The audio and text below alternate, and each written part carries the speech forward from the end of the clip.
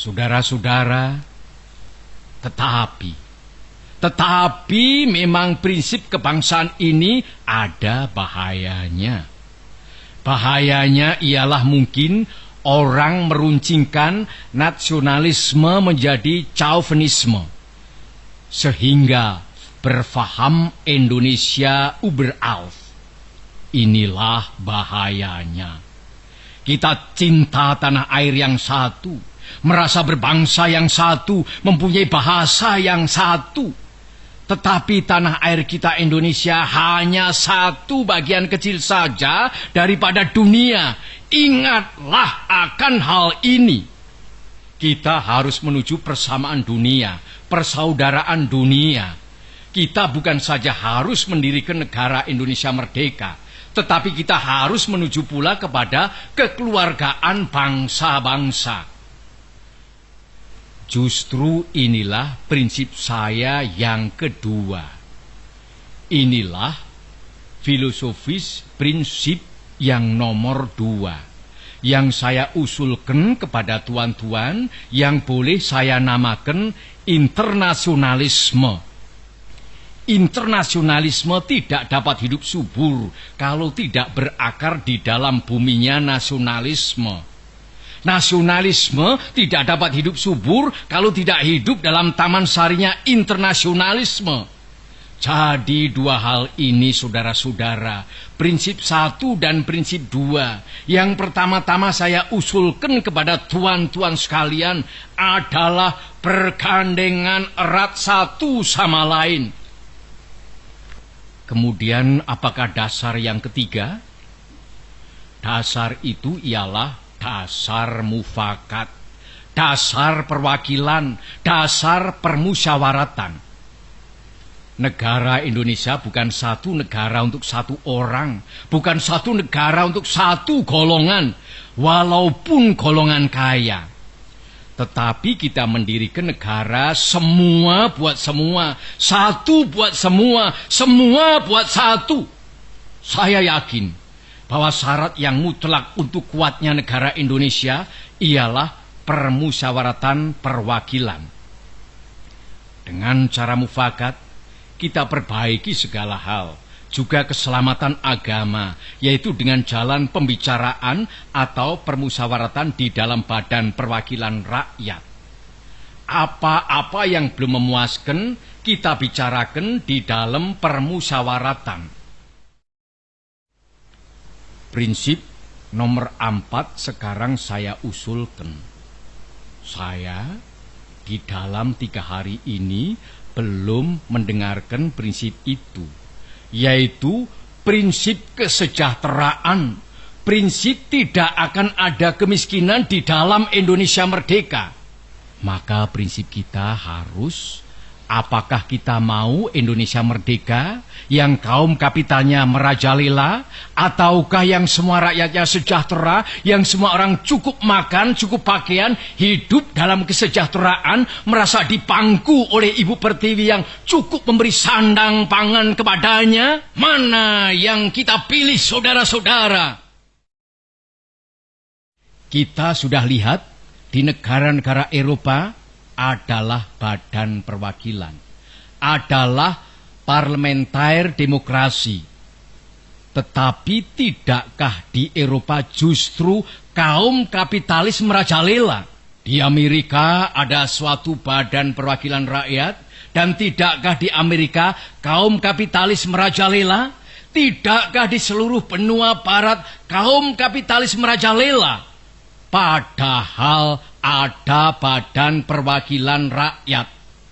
Tak lain tak bukan sebabnya ialah oleh karena badan-badan perwakilan rakyat yang diadakan di sana itu sekadar menurut resepnya Franse Revolusi. Adakah keadaan yang demikian ini kita kehendaki? Saudara-saudara, saya usulkan, kalau kita mencari demokrasi, hendaknya bukan demokrasi barat, tetapi permusyawaratan yang memberi hidup yakni politik ekonomi demokrasi yang mampu mendatangkan kesejahteraan sosial, yaitu bukan saja persamaan politik, saudara-saudara, tetapi pun di atas lapangan ekonomi kita harus mengadakan persamaan, artinya kesejahteraan bersama yang sebaik-baiknya. Saudara-saudara, apakah prinsip yang kelima? Saya telah mengemukakan 4 prinsip. 1. Kebangsaan Indonesia. 2. Internasionalisme atau perikemanusiaan. 3. Mufakat atau demokrasi. 4. Kesejahteraan sosial. Prinsip yang kelima hendaknya menyusun Indonesia merdeka dengan bertakwa kepada Tuhan Yang Maha Esa. Prinsip ketuhanan bukan saja bangsa Indonesia bertuhan, tetapi masing-masing orang Indonesia hendaknya bertuhan. Tuhannya sendiri. Yang Kristen menyembah Tuhan menurut petunjuk Isa Al-Masih, yang Islam menurut petunjuk Nabi Muhammad Sallallahu Alaihi Wasallam. Orang Buddha menjalankan ibadatnya menurut kitab-kitab yang ada padanya. Tetapi marilah kita semuanya bertuhan. Hendaknya negara Indonesia ialah negara yang tiap-tiap orangnya dapat menyembah Tuhannya dengan cara yang leluasa. Segenap rakyat hendaknya bertuhan secara kebudayaan, yakni dengan tiada egoisme agama. Dan hendaknya negara Indonesia satu negara yang bertuhan. Marilah kita amalkan, jalankan agama baik Islam maupun Kristen dengan cara yang berkeadaban. Apakah cara yang berkeadaban itu? Ialah hormat menghormati satu sama lain.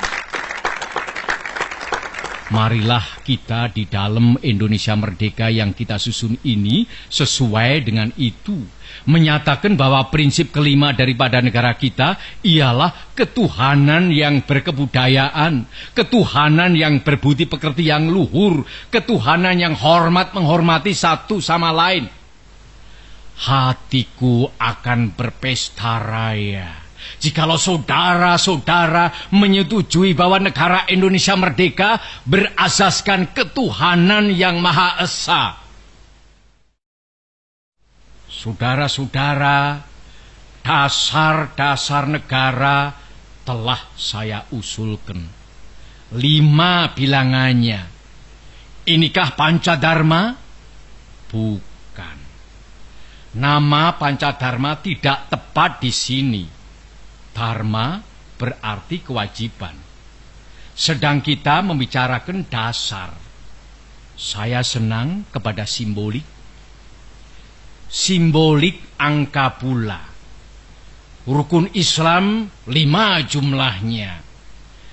Jari kita 5 setangan. Kita mempunyai panca indera. Apalagi yang 5 bilangannya?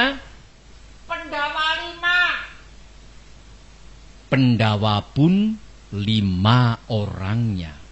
Sekarang banyaknya prinsip kebangsaan, internasionalisme, mufakat, kesejahteraan, dan ketuhanan 5 pula bilangannya. Namanya bukan Pancadharma, tetapi saya namakan ini dengan petunjuk seorang teman kita ahli bahasa. Namanya ialah Pancasila. Sila artinya azas atau dasar. Dan di atas kelima dasar itulah kita mendirikan negara Indonesia kekal dan abadi.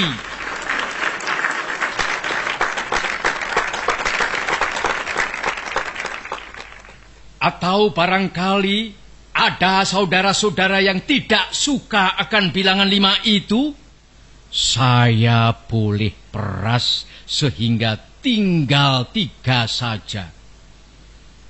Saudara-saudara tanya kepada saya, apakah perasan yang 3 itu? Berpuluh-puluh tahun sudah saya pikirkan dia. Ialah dasar-dasarnya Indonesia merdeka.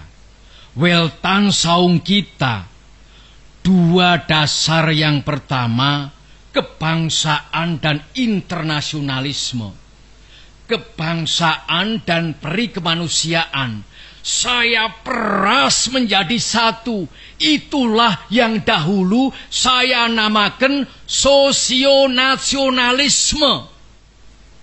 Dan demokrasi yang bukan demokrasi barat, tetapi politik ekonomisme demokrasi, yaitu politik demokrasi dengan sosial rechtvaardigheid, demokrasi dengan kesejahteraan.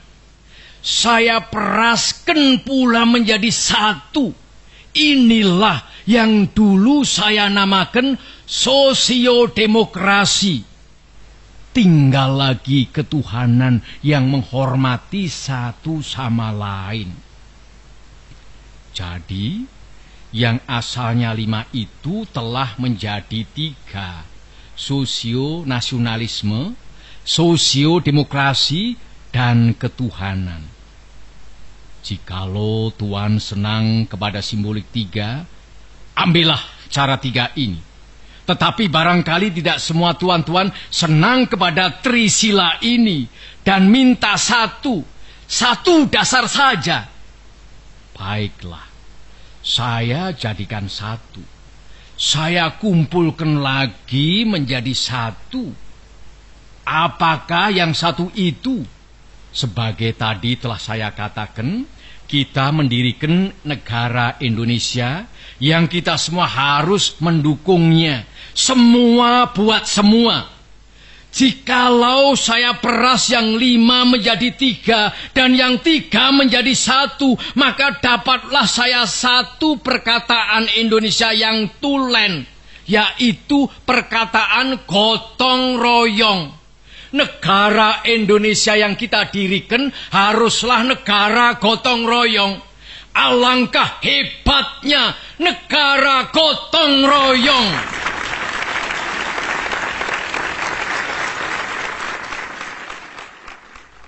Marilah kita menyelesaikan karya, gawe, pekerjaan, amal ini bersama-sama. Gotong royong adalah pembantingan tulang bersama, pemerasan keringat bersama, perjuangan bantu binantu bersama, amal semua buat kepentingan semua, keringat semua buat kebahagiaan semua, holopis kontol baris buat kepentingan bersama. Itulah gotong royong.